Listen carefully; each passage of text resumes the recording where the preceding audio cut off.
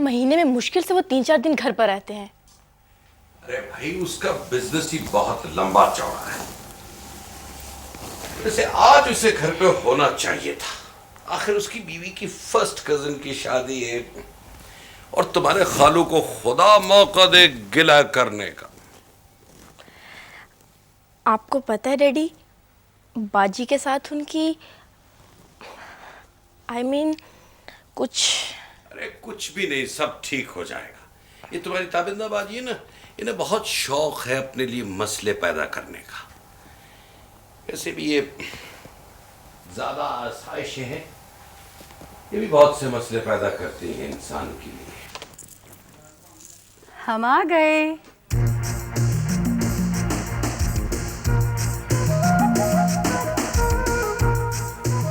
बाजी आ गई। कैसी हैं आप? कैसी हो तुम? ठीक ठाक।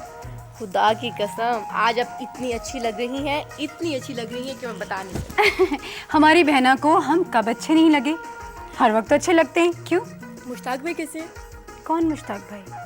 ओह आई सी। तुम्हारे ब्रदर इन लॉ। ये तो अपने पापा से पूछो, इन्हीं ने ढूंढ के दिया था ये गौहरे आपदा। क्यों पापा? अरे बाबा, तो उसमें कमी भी किस बात की है? खानदानी रईस है और दौलत इतनी के संभाले नहीं संभलती। शक्लो सूरत कद बुत सब कुछ 16 ने ठीक है। मैं तो अपने आप को खुशकिस्मत समझता हूं कि मुझे ऐसा अच्छा दामाद मिला। क्यों नावाल? हाँ डैडी, ये बात तो है। मुश्ताक भाई तो एकदम बोर किस्म के आदमी है। बिल्कुल ऐसे जैसे फ्रीजर में देर तक पड़ी हुई जेली की तरह। देखने में तो ठीक ठाक, लेकिन खाओ तो मुंह में बर्फ के क्रिस्टल के सिवा कोई जायका ही नहीं आता। मगर वो है कहाँ? आए क्यों नहीं? आखिरी खबरें आने तक मौसूफ ज्यूरिच में पाए जा रहे थे। कोई बिजनेस डील हो रही थी। अब आप खुद ही सोचिए, जो शख्स स्विट्जरलैंड जाकर नेचर की तरफ देखने के बजाय लंबी लंबी अपसर्ड किस्म की मेज़ों पे बैठ के कैलकुलेटर से सोचता रहे और होटल की खिड़कियां खोलने के बजाय लंबी तान कर सो जाए, उस शख्स की जिंदगी कितनी टेरेबल हो सकती है। But here I am. आप भी कमाल करती हैं। अरे भाई, कोई पूछे तुम्हें किसने रोका वहां जाने से? साथ चली जाया करो। पापा, मुश्ताक के साथ सफ़र करने से ज़्यादा टॉर्चरस चीज़ दुनिया में भी इजाद नहीं हुई। 8 hours of flight and he sleeps for 7.5 hours। 8 घंटे का सफ़र, 7.5 घंटे सोना, ये क्या बात हुई? काम का प्रेशर होता है बेटा। मैं भी अक्सर रेस्ट फ्लाइट्स के दौरान ही करता हूँ। I wish I was like you, पापा। काश हमारी भी तबीयत आपकी तरह होती। ये आपने हमें कॉम्प्लीमेंट दिया है या अपनी दानिश में आपने हम पर तंज फरमाई है? कॉम्प्लीमेंट समझे या तंज समझे, सब टू यू। अरे भाई, अब चलो भी, वरना तुम्हारे खालू का दिमाग भिन्न आ जाएगा। क्या वो तो उधार खाए बैठे होते हैं गिले पे गिले करने के। आइए।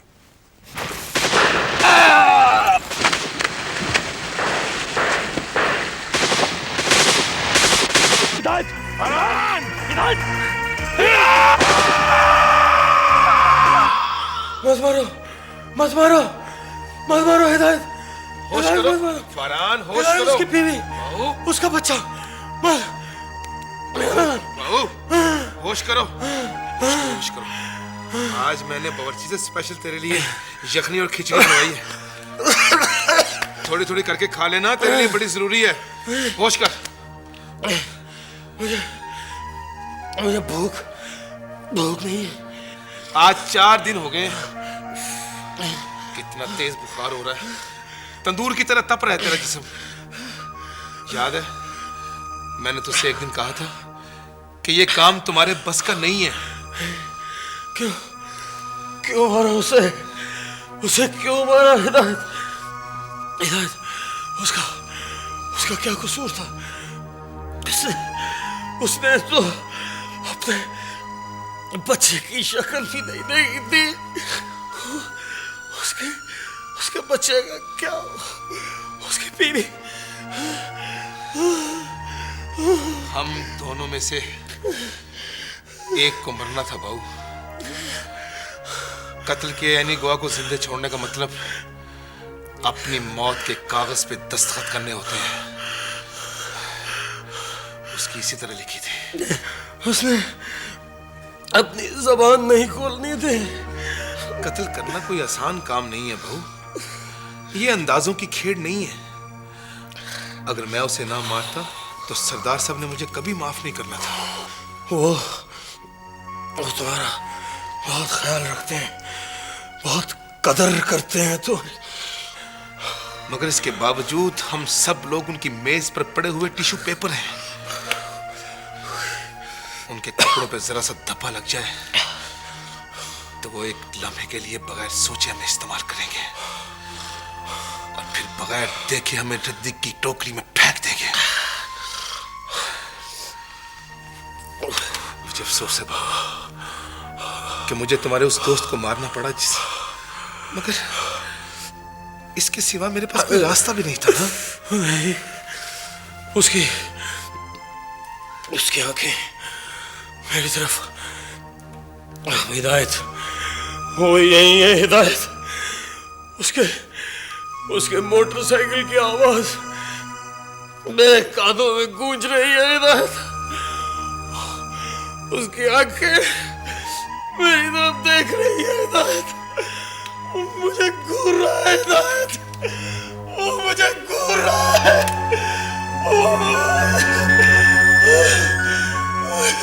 कमर कमर कमर, ये जूस का ऐड है यार। इसमें इतनी लड़कियां क्यों डाल रहे हो? अब लड़कियां तो डालनी पड़ती हैं पाजी। लड़कियां नहीं डालेंगे तो इश्तेहार कैसे चलेगा? मगर आइटम भी तो देखो यार। नंबर 1 इसका कंज्यूमर है बच्चे। नंबर 2 कोई पिकनिक शिकनिक का मौका कि ठंडी का के साथ ले जाओ। और नंबर 3 हमारी एयरलाइन लाहौर से इस्लामाबाद तक एक एक डिब्बा मुसाफिरों के मुंह पे मारती हैं और ऊपर से कहते हैं ये रिफ्रेशमेंट है।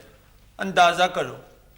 अब अब्बा जी, ये जो ट्रैक्टर के इश्तेहार हैं, साइकिल के टायर के एड्स हैं, हत्ता कि मर्दों के बनियानियों तक के इश्तेहार में लड़कियां आती हैं ना।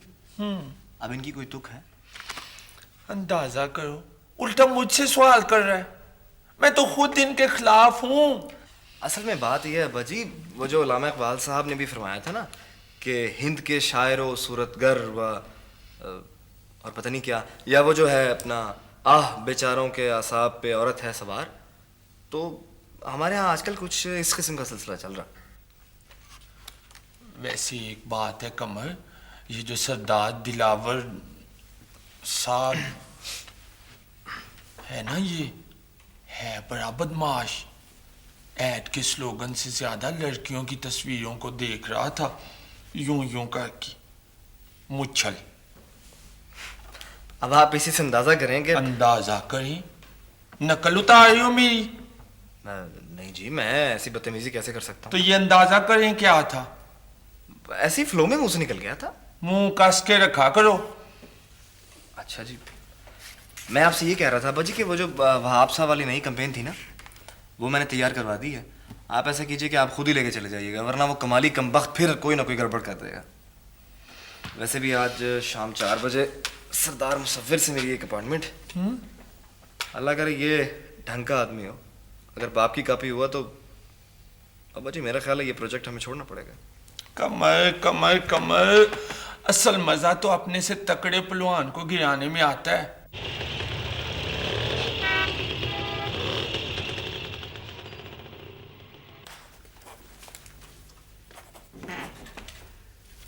जी सर। एक गिलास पानी पिलाओ ठंडा। अच्छा जी।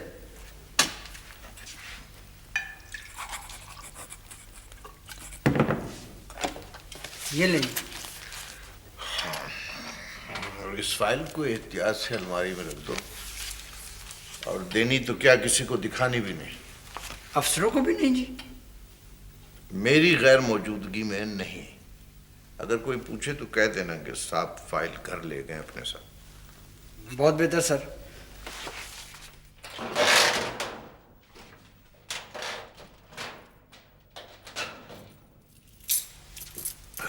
लो भाई, शुक्रिया।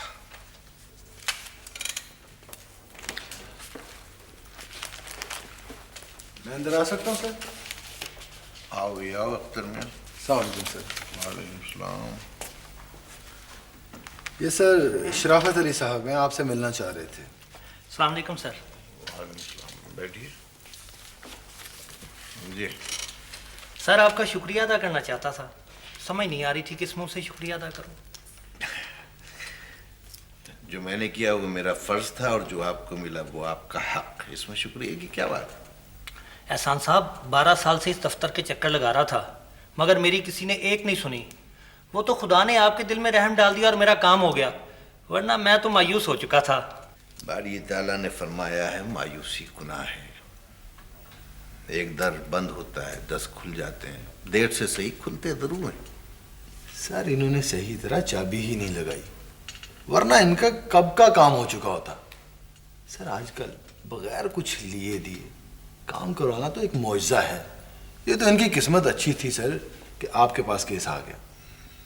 किसमें अफसोस की बात है अख्तर मियाँ, जिन महकमों का काम अवाम की खिदमत करना है, उनके जायज़ हुकूक की हिफाजत करना है, वो अपनी जिम्मेदारी एहसान समझ कर पूरा करते हैं और मजबूर लोगों को और मजबूर कर देते हैं।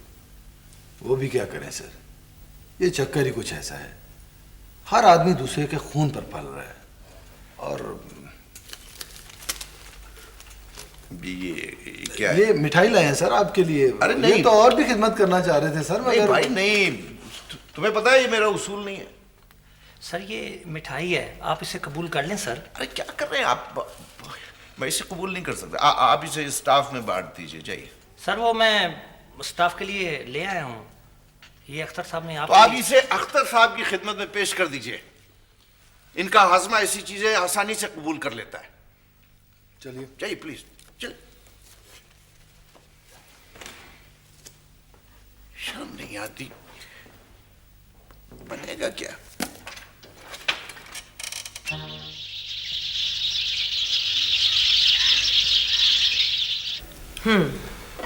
तो फिर क्या सोचा तुमने?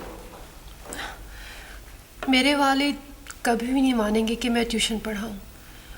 उन्हें तो मैंने इस नौकरी के लिए बड़ी मुश्किल से आमादा किया है। देखो शाहीन, मैं तुम्हें फिर कहती हूँ कि तुम इस ऑफर पे एक दफ़ा फिर गौर कर लो। तुम्हारी सैलरी के बराबर तो वो तुम्हें पे करने के लिए तैयार है। सिर्फ 2 घंटे बच्चे को पढ़ाना है और फिर सबसे बड़ी फैसिलिटी तुम्हें ये मिल रही है कि उनका ड्राइवर तुम्हें घर से पिक करेगा, ट्यूशन पढ़ाने के बाद तुम्हें घर ड्रॉप करेगा। इतना अच्छा चांस है, इसे मिस नहीं करो।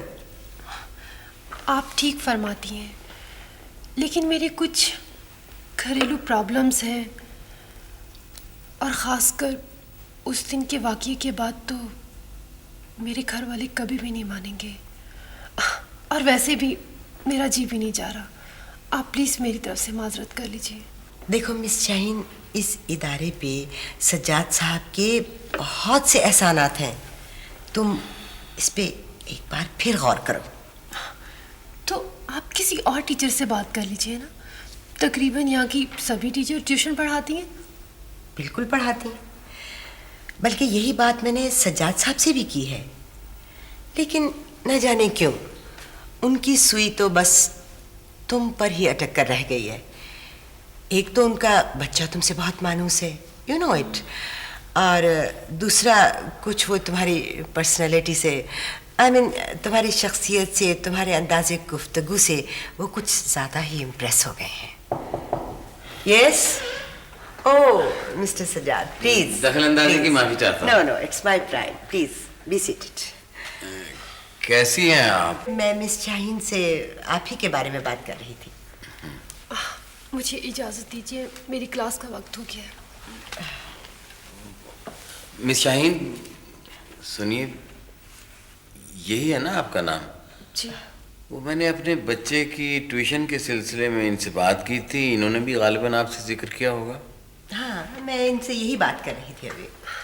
जी, मैंने प्रिंसिपल साहब को बताया है कि मेरी कुछ घरेलू वजूहात हैं, उनकी बिना पे मैं पढ़ा नहीं सकती। पढ़ा तो आप यहाँ भी रही हैं। यहाँ की बात और है जी। रहा मुआवजा, एनी पेमेंट आप जो कहेंगी मैं पेश कर दूंगा। हाँ, और मिस शाहीन, सज्जाद साहब बहुत बड़े बिजनेसमैन हैं। इनका बहुत वसी कारोबार है और इनका दिल उससे भी बड़ा है। आप मुझे शर्मिंदा कर रही हैं। देखिए, शमशाद मेरा इकलौता बेटा है, सारी जायदाद का वारिस। मैं उसकी खुशी के लिए कुछ भी कर सकता हूँ, बाय द वे, आपको एतराज क्या है? बात एतराज की नहीं, असूल की है। मैं किसी के घर जाकर पढ़ाना पसंद नहीं करती। मेरे बच्चे की गाड़ी बिल्कुल अलहदा है, ड्राइवर आपको मेरा... तो आप किसी और टीचर से बात कर लीजिए ना। मुसीबत तो यह है कि बच्चा सिर्फ पढ़ना ही आपसे चाहता है, और उसकी ये ख्वाहिश कोई बेजा भी नहीं है। रहा फीस का मसला तो ठीक है, आप अपने बेटे को मेरे घर भिजवा दीजिए कीजिए, मैं पढ़ा दूंगी मुफ्त। तुम ठीक कहती हो बेटी। पता नहीं हम क्या तालीम दे रहे हैं अपने बच्चों को। अब तो इल्म भी जिनसे बाजारी की तरह बिकने लगा है। ये बड़ा गलत हो रहा है अब्बा जी। एक तरफ तो लोग प्राइमरी क्लास के बच्चों पर 10-10, 20-20 हज़ार रुपया महीने खर्चने को तैयार है, और दूसरी तरफ गरीब के बच्चे को एडमिशन तक नहीं मिलता। तो अब पता नहीं इतनी दौलत कहाँ से आ गई लोगों के पास। अब्बा जी, अब तो छोटे छोटे से बच्चे 100-100 का नोट स्कूल में लेकर आते हैं। अब सजाद साहब की आप मिसाल ले लीजिए। इन नौदौलतियों ने सारे माशरे की शक्ल बिगाड़ दी है। उठते बैठते दौलत के डकार मारते हैं ये। हजम जो नहीं होती। अस्सलाम वालेकुम अस्सलाम। आओ इम्तिनान बेटा, आओ बैठो। बाजी, आपकी तबीयत तो ठीक है ना? हाँ बेटे, मैं ठीक हूँ। और भाई हम लोग ठीक हो ना सब? जी। करे आपको हमारा ख्याल तो आया। माहिन, तुम्हारी पढ़ाई सही जा रही है ना? ठीक है जी, अभी तो सेशन शुरू हुआ है। तुम अभी तक पढ़ा रही हो? जी मैं पढ़ा रही हूँ। कितनी तनख्वाह, मेरा मतलब कि कितने पैसे देते हैं वो लोग? देते तो वो लोग 2500 है, लेकिन दस्तखत वो 6000 पे करवाते हैं। क्या क्या तुमने कभी पहले मुझे बताया नहीं? अब्बा जी, वो दरअसल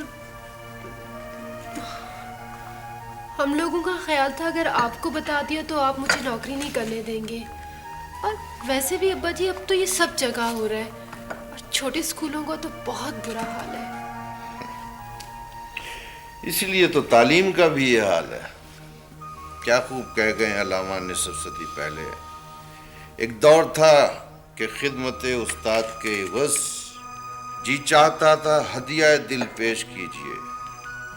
आया है अब वो दौर के लड़का पसस सबक कहता है मास्टर से कि बिल पेश कीजिए। ओ बस क्या फायदा ऐसी नौकरी का? छोड़ो परे भाई। अच्छा तो नहीं लगता जवान भाइयों की होते हुए बहन नौकरी करे, लेकिन हम अब्बा जी का बोझ हल्का नहीं कर सकते, तो कम से कम मैं अपना ही बोझ हल्का कर लूं। आप लोगों की नज़रों में मैं बहुत बुरा हूं ना? कोई मेरी मजबूरियां समझ सकता तो। अरे क्या बातें शुरू हो गई। भाई एक अरसे के बाद आया, जाओ जाकर खाने पीने के लिए कुछ लाओ। चलो जाओ तुम लोग। माहिन आओ। और सुनाओ इम्तिनान बेटा, हमारी बहू कैसी, बच्चे खैरियत से? जी बस सब ठीक ठाक है जी।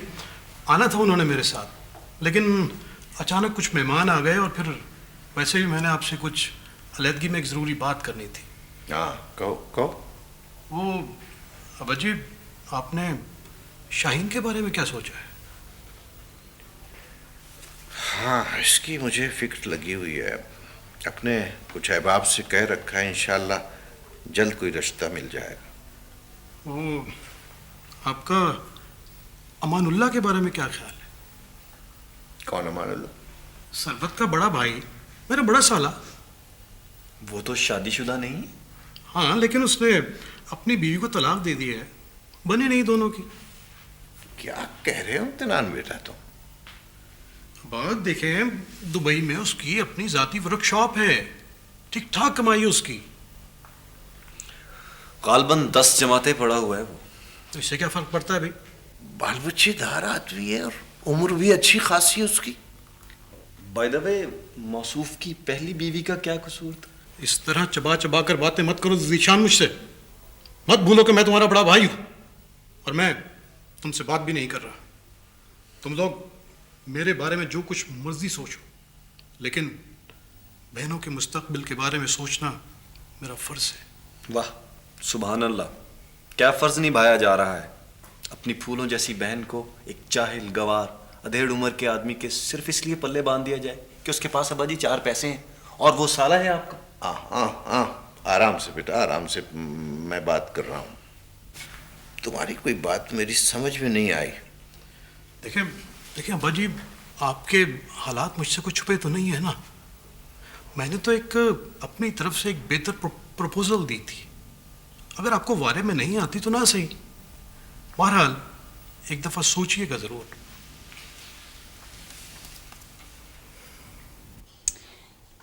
हाँ, वही बात तो सोचने की है, लेकिन आपने भी तो कमाल किया।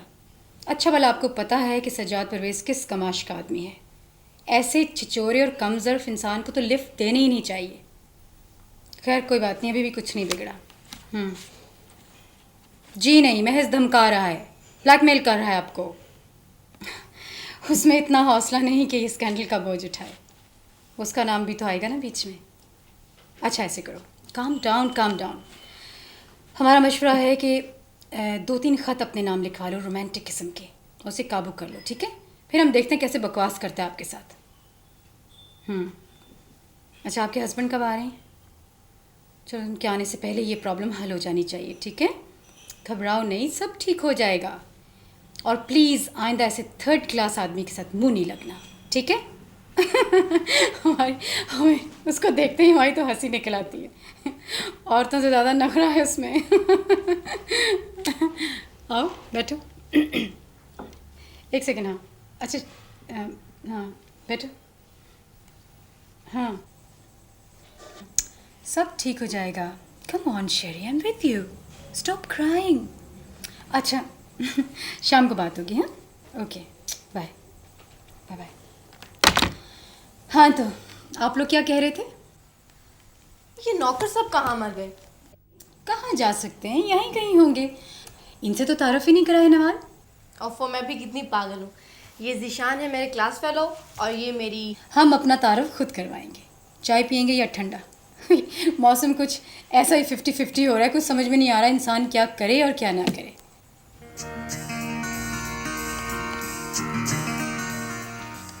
कुछ नहीं जी, चाय का मैं शौकीन नहीं हूँ और आइसक्रीम हम लोग खा के आ रहे हैं। Ice cream, good idea. आइसक्रीम खाने का तो हमें भी बड़ा शौक है, लेकिन खा नहीं सकते। ये आजकल स्लिमिंग का भी एक चक्कर खूब चला हुआ है। जिसे देखें हाथ से पैसे दे के वीकनेस खरीदने जा रहा है। तो तुम्हारे ख्याल में लड़कियों को कैसा होना चाहिए?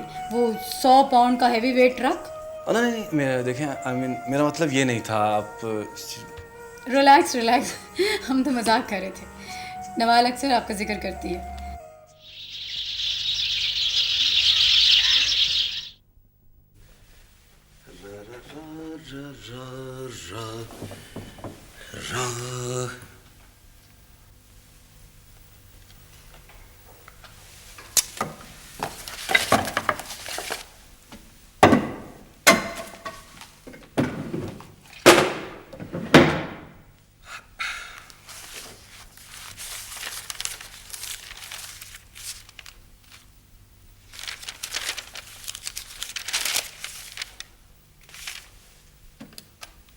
कमाली साहब जरा अंदर तशरीफ लाई।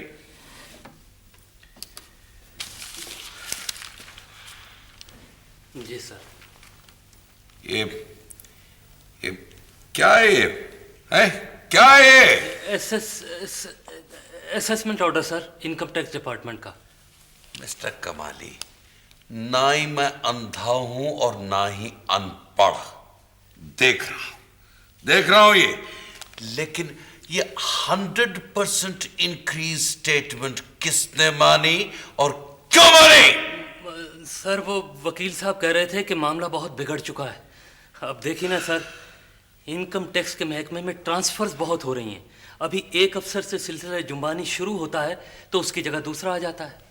ना मिस्टर कमाली, ना, इतना इनकम टैक्स तो मैं हरगिज नहीं दूंगा। अरे भैया क्या देते हैं हमें? है क्या देते? टूटी फूटी सड़कें, नाकारा टेलीफोन सिस्टम, लोड शेडिंग्स, जगह जगह ह्यूमिलेशंस। वो तो ठीक है सर, मगर क्या कुछ ठीक नहीं है। जाइए जाइए, बाहर जाके देखिए, वहां की हुकूमतें जो टैक्स लेती है ना, वो किस तरह लौटाती है आवाम को, नजर आ रहा होता है खर्च हुआ हुआ। कराओ मेरी बात बुखारी से। सर वो तो फैमिली के साथ मरी गए हुए हैं 1 हफ्ते के लिए। क्या 1 हफ्ते के लिए? माय गॉड, क्या बनेगा इस कौम का? अरे हम लोग कितने वर्किंग आवर्स जाया करते हैं फजूल कामों में। सर वो कह रहे थे कि कोई बहुत ही सख्त किस्म का अफसर आया है, वो तो इस पर भी राजी नहीं था सर। वो तो पिछले तमाम सालों का रिकॉर्ड ओपन करने पर तुला हुआ। अरे ना तो हम कोई चोर हैं, डाकू हैं, क्या हैं हम?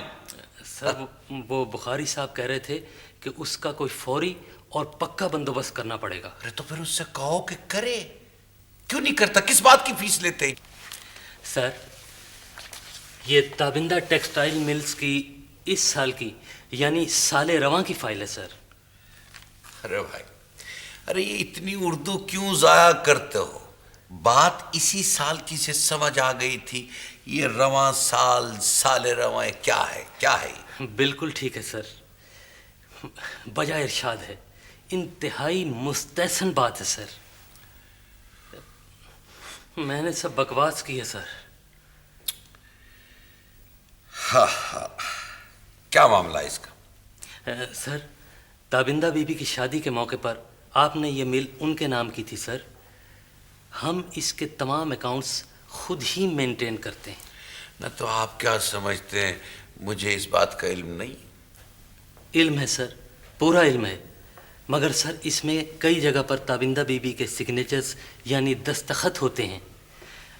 सर हमारा आदमी उनके घर गया था तो पता चला कि वो आपकी तरफ फरोकश हैं, रिहाइश पजीर मुकीम है। ये मेरी गाड़ी में रखवा दें। जी बेहतर। और मेरी आज की बाकी की अपॉइंटमेंट्स क्या है? यहीं रखा था सर, बदरुद्दीन साहब के ऑफिस से डिजाइन करवाया है, यहीं रखा था। आप इसे तो नहीं कह रहे? जी जी सर, यही है, बिल्कुल यही है, एग्जैक्टली यही है सर। आप बिल्कुल गधे। आपका ये ख्याल है तो फिर होगा सर, मुझे भी पिछले कई दिनों से ऐसा ही महसूस हो रहा है। अरे बंदे खुदा, मेरी अपॉइंटमेंट्स का ताल्लुक मुझसे है, ना कि मेरे मुलाकातियों से।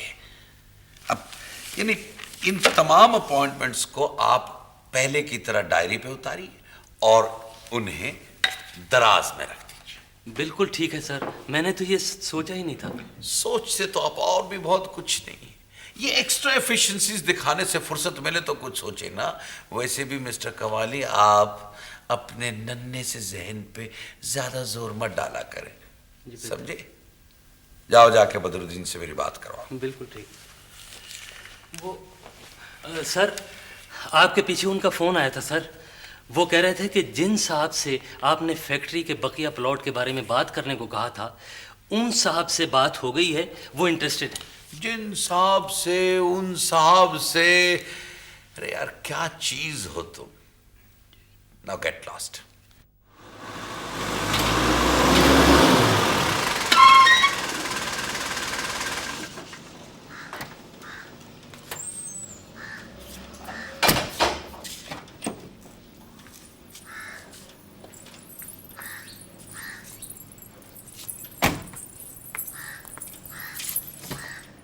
देखो हदायत, गाड़ी बाहर गेट पे लगा दो, मैंने साहब के साथ कहीं जाना है। और हाँ, अब तुम जाओ क्योंकि साहब की फ़्लाइट का टाइम होने वाला है। वो जी बेगम साहब, मैंने बहावल की ड्यूटी लगा दी थी जी। हाँ, वो चला गया होगा जी। अच्छा चलो ठीक है, आओ मरियम।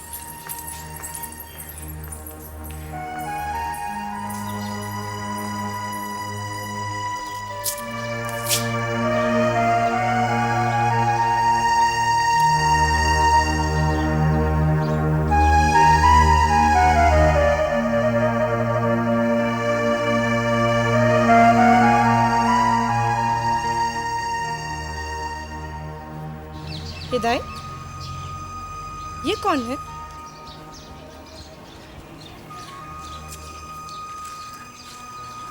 ये मेरा दोस्त है छोटी बीबी, फारान, बीमार है। इसी को डॉक्टर के पास लेके जा रहा हूँ ना। क्यों? क्या हुआ ऐसे? जी कुछ नहीं जी, बस डर गया जी। डर गया? ये क्या बीमारी हुई? किससे डर गया? डरा किसी से नहीं है जी, बस सहम सा बैठ गया इसके दिल में। ठीक हो जाएगा जी। पढ़ा लिखा लगता है। हाँ जी, बीए पास है। फिर तुम्हारा दोस्त कैसे हुआ? ये बड़ी लंबी कहानी है बेगम साहबा। तकदीर इसे चक्कर देकर यहाँ ले आई है। अब ये यहीं हमारे पास ही रहेगा। तुम लोगों के साथ? जी हाँ। पढ़ा लिखा है तो कोई अच्छी नौकरी क्यों नहीं करता? मेरा मतलब है कोई पढ़े लिखों वाली। मैं भी तो यही कहता हूँ इससे, लेकिन अच्छा, खैर तुम जाओ।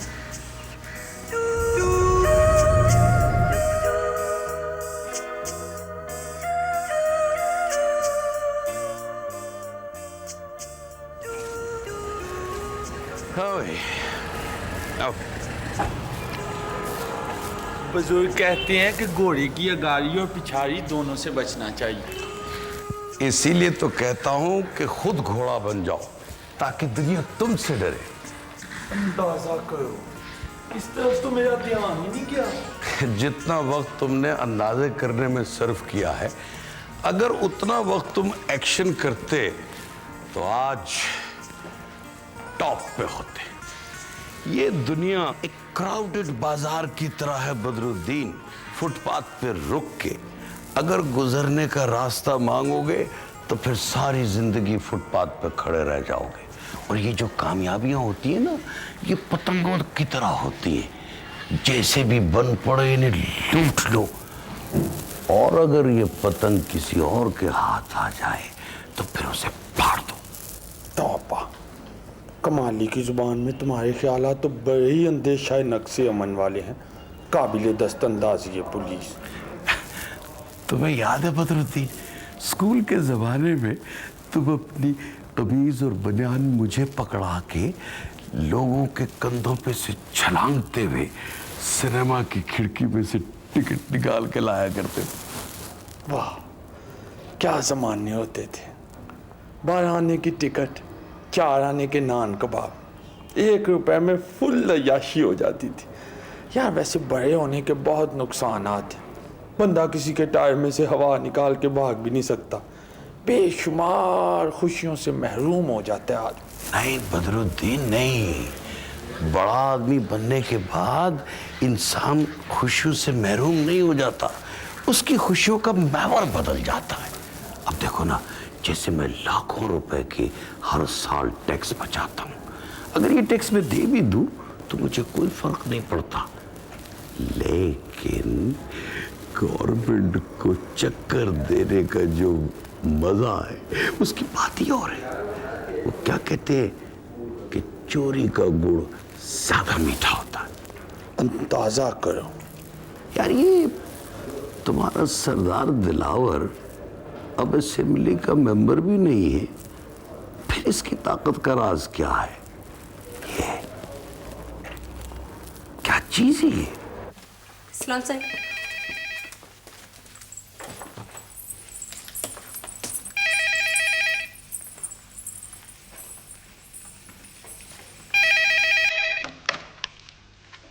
हेलो, कौन? अपनी जान का सदका दे दीजिएगा। अभी अभी आ रहा हूं एयरपोर्ट से, और यकीन कीजिए आप ही के बारे में सोचता रहा। हाँ, क्यों नहीं आ सकता? Within 20 minutes. Okay, I will be there. See you.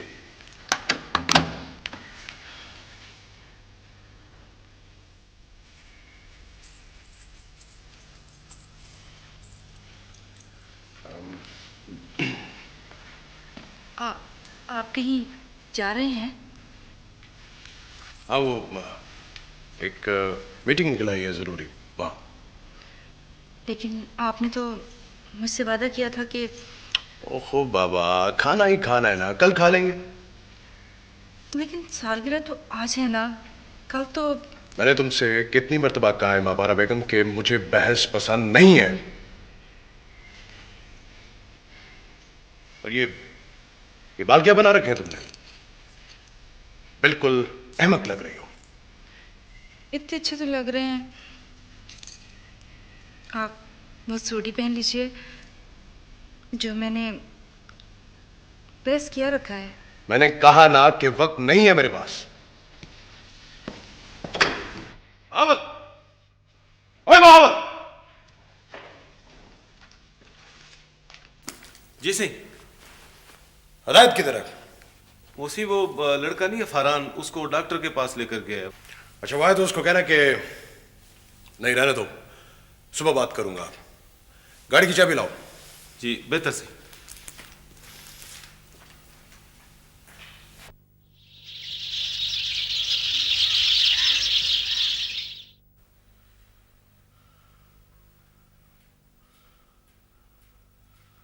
इसे कुछ मत कहना, ये आज ही एक बच्चे का बाप बना है हिदायत।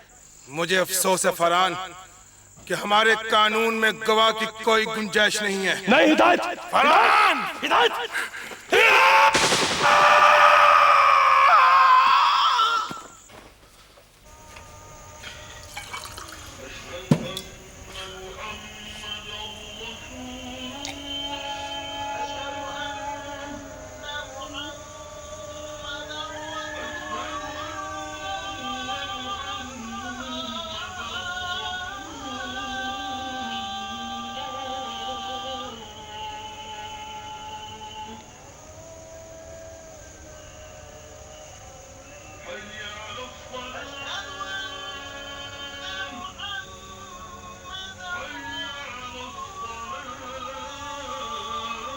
फरहान बेटा, नमाज का वक्त जा रहा है।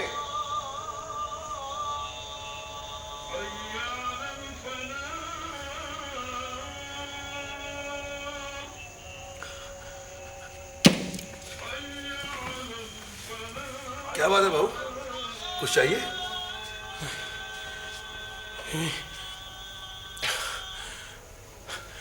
दिल घबरा रहा है हिदायत, घुटन घुटन हो रही है यहाँ। जी चाह रहा है बाहर बाहर खुली हवा में लंबे लंबे सांस लो।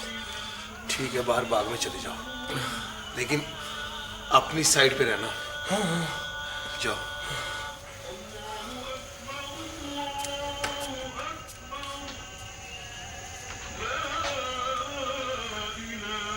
माहीन, शाहीन, नमाज का वक्त हो गया है बेटा।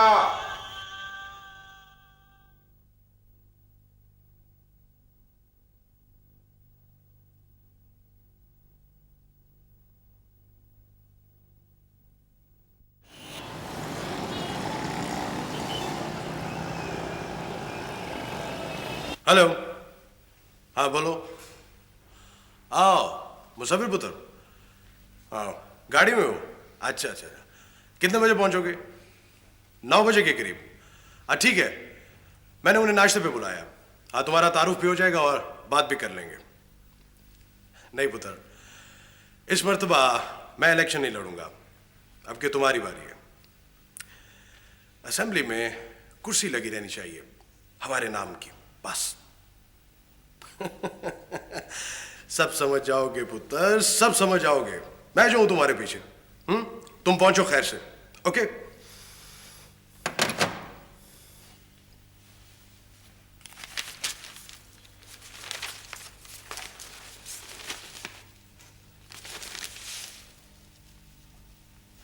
बहावल,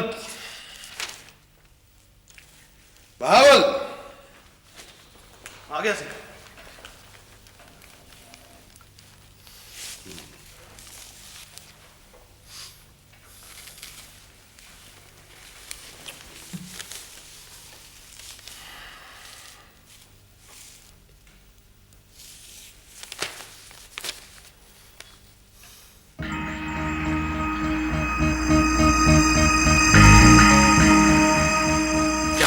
बकवास लिखते हैं ये अखबार वाले भी।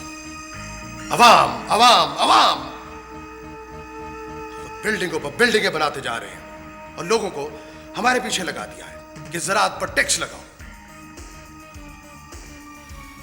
मेरा ख्याल है कि मैं भी एक अखबार निकालूं और उसका तुम्हें लगाऊं, वो क्या कहते हैं, एडिटर बनोगे? जी सही, जी सही। मगर सही वो होता क्या है सही?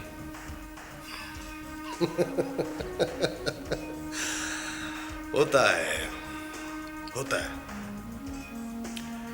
खैर, वो मापारा से कहो कि मुझे जूस भिजवाए और हदायत से कहो कि जिस वक्त मेहमान आ जाए तो तुम सब लोग बाहर गेट पर पहरा देना आज, और चारों तरफ नजर रखना। बेहतर सही। खुफिया पुलिस वाले आज बहुत चक्कर लगाएंगे यहाँ।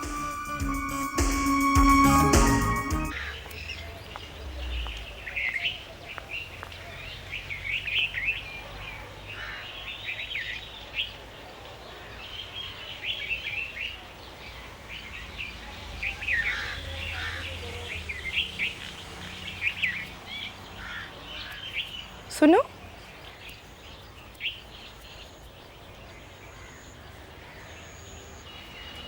तुम क्या कर रहे थे यहाँ? आई एम सॉरी जी, वो ज़रा तबीयत ख़राब थी इसलिए सिर्फ। हाँ, हिदायत ने बताया था मुझे।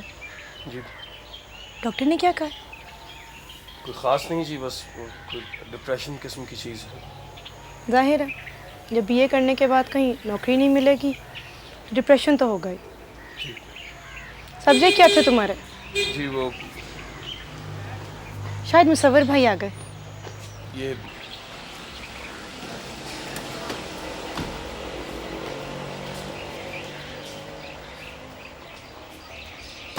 मुसव्विर भाई कौन हो जी? मेरे बड़े भाई हैं तो सुतेले, मगर सगों से अच्छे।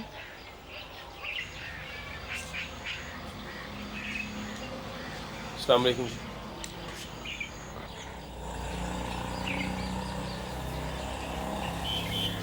ये कौन है? पहले नहीं देखा मैंने इसे। हिदायत का कोई दोस्त है शायद, बाबा जान ने इससे मुलाजिम रख लिया है। आप कैसे हैं? एकदम ठीक। बहुत दिनों बाद आए। हाँ, बस तुम्हें तो पता है कि इलाके के मसले, और अब्बा जान तो वैसे भी आजकल कम कम आते हैं वहाँ पे। सारा कुछ मुझे को देखा। सुना इस बार आप इलेक्शन लड़ रहे हैं? हाँ, सुना तो मैंने भी। देखिए क्या बनता है।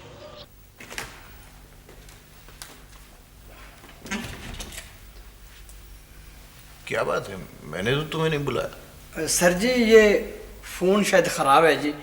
मुझे डीजी साहब के पीए ने बुलवाया था जी, और कुछ आदमी मेरे साथ भेजे हैं।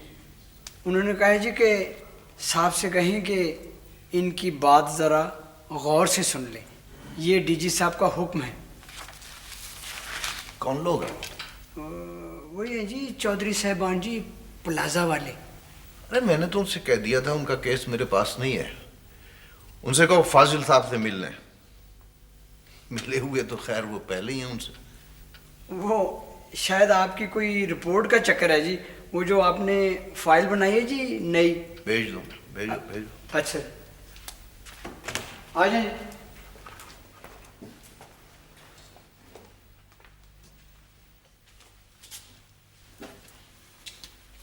बैठिए। एहसान साहब, अब चाहते क्या है? क्यों खामखा हमारे काम में रोल अटका रहे हैं? समझ में नहीं आता, आप हमसे दुश्मनी ले रहे हैं। शरफा इस तरह बात नहीं किया। लानत भेजे जी शराफत पर। यहाँ करोड़ों रुपए दाव पर लग गए और आपको शराफत की पड़ी है। इसी तरह से बताएं, अब चाहते क्या है? जहां इतना लोगों को दिया है, आप भी अपना जुर्माना बता दें। हमारे पास ज्यादा वक्त नहीं है। मैं रिश्वत लेने और देने वाले दोनों पर लानत भेजता हूं, और ये बात मैंने आपको पहले दिन ही बता दी थी। मैं सारे माशरे को तो ठीक नहीं कर सकता, लेकिन ज्यादा से ज्यादा अपने आप को इंसान बनाने की कोशिश तो कर सकता हूं। सो मैं कर रहा हूं। बराए मेहरबानी आप लोग तशरीफ ले जाएं और जहां आपका कारोबार चलता है वहां चलाइए। प्लीज जाइए, चलिए। और वो जो रिपोर्ट लिखी है आपने हमारे खिलाफ, मैंने किसी के खिलाफ कोई रिपोर्ट नहीं लिखी।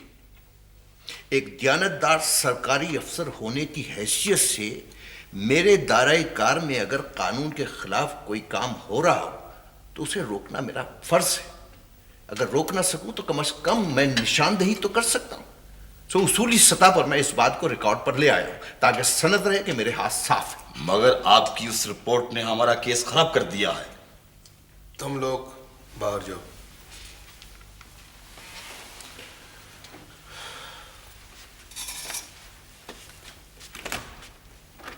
तुम भी चलो, शाबाश।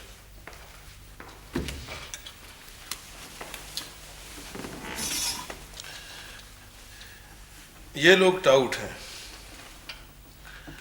किराए के आदमी।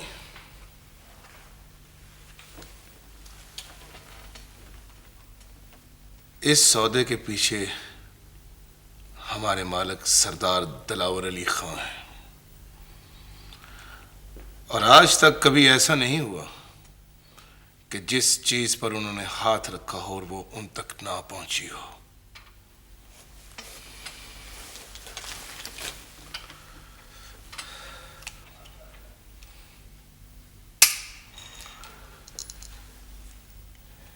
इसमें तुम्हारे नाम की एक गोली मैंने डाल दी है। अगली बार अगर मुझे यहां आना पड़ा तो फिर इस गोली को पोस्टमार्टम वाले ही ढूंढेंगे। मेरी बात समझ रहे हो ना?